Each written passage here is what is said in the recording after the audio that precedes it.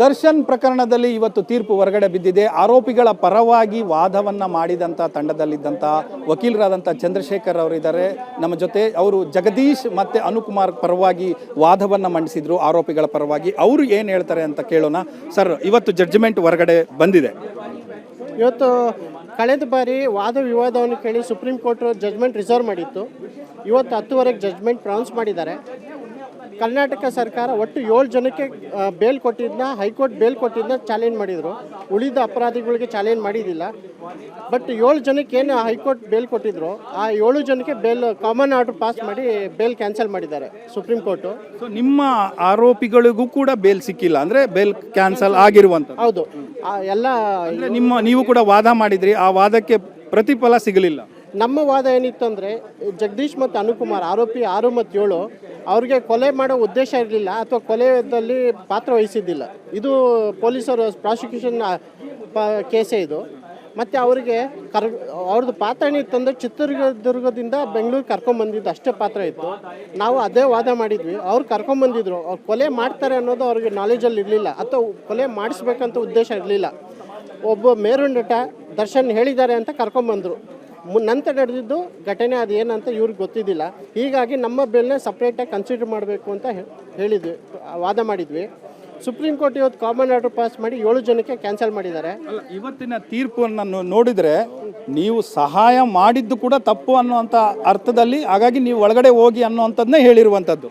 ಅಂದರೆ ಪ್ರಭಾವಿ ವ್ಯಕ್ತಿ ಯಾರೋ ಹೇಳಿದ್ರು, VVIPಗಳು ಹೇಳಿದ್ರು ಅನ್ನುವಂಥದ್ದು. ಇಂಥ ಒಂದು ಕೊಲೆ ಪ್ರಕರಣಕ್ಕೆ ಸಹಕಾರ ನೀಡಿದ್ದು ಕೂಡ ತಪ್ಪು ಅನ್ನುವಂಥ ಮಾತನ್ನ ಹೈಕೋರ್ಟ್ನ ತೀರ್ಪು ಇವತ್ತು ಹೇಳಿದೆ. ಕೇವಲ ಒಂದು ಫೋಟೋಗ್ರಾಫ್ ಕೊಡಿಸ್ತಾರೆ ಒಬ್ಬ ನಟ ಅಂತ ಹೇಳಿ ಇವತ್ತು ಇವ್ರೇನು ಕರ್ಕೊಂಬಂದ್ರೆ ಇವತ್ತು ಅದೇ ಮುಳು ಆಯ್ತು ಅವ್ರಿಗೆ.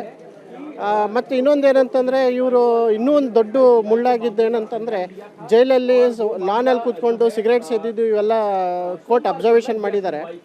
ಮತ್ತು ಅದನ್ನು ಸುಪ್ರೀಂ ಕೋರ್ಟು ತುಂಬ ಕಟುವಾಗಿ ಟೀಕಿಸಿದ್ದಾರೆ.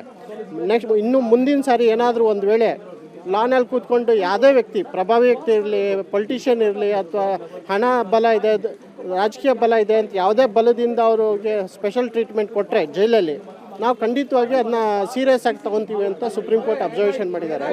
ಈಗ ಮುಂದಿನ ನಡೆ ಏನು ನಿಮ್ಮ, ಅಂದರೆ ನಿಮ್ಮ ಆರೋಪಿಗಳ ಪರವಾಗಿ ಏನು ಮಾಡ್ತೀರಿ ಏನು ಅನ್ನೋ? ಈಗ ಸುಪ್ರೀಂ ಕೋರ್ಟೇ ಬೇಲ್ ಕ್ಯಾನ್ಸಲ್ ಮಾಡೋದ್ರಿಂದ ಭಾರತದಲ್ಲಿ ಇದೇ ಎಲ್ಲದಕ್ಕಿಂತ ಸರ್ವೋಚ್ಚ ನ್ಯಾಯಾಲಯ.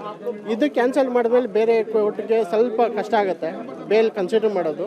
ಬಟ್ ಇದನ್ನು ಒಂದು ಅಬ್ಸರ್ವೇಷನ್ ಮಾಡಿದ್ದಾರೆ, ಇದು ಏನೇ ಮಾಡಿದ್ರೂ ಕೇವಲ ಬೇಲ್ ಕನ್ಸಿಡ್ರೇಷನ್ಗೆ ಅಷ್ಟೇ ಅಂತ. ಟ್ರಯಲ್ ಮೇಲೆ ಇದು ಯಾವುದೇ ಪರಿಣಾಮ ಬೀರಬಾರ್ದು ಅಂತಲೂ ಹೇಳಿದ್ದಾರೆ.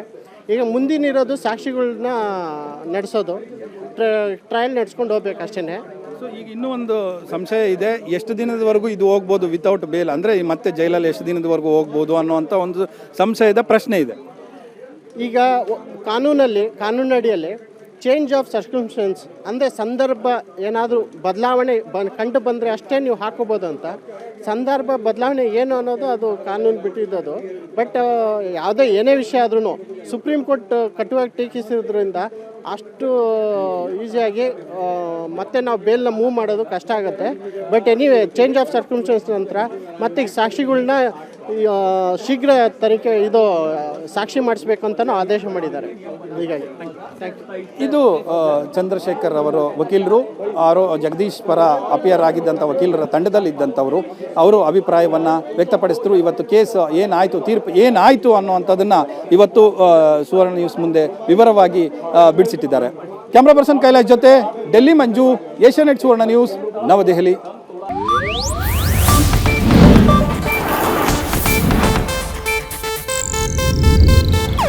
ಇದು ಏಷ್ಯಾನೆಟ್ ನ್ಯೂಸ್ ನೆಟ್ವರ್ಕ್ ಪ್ರಸ್ತುತಿ.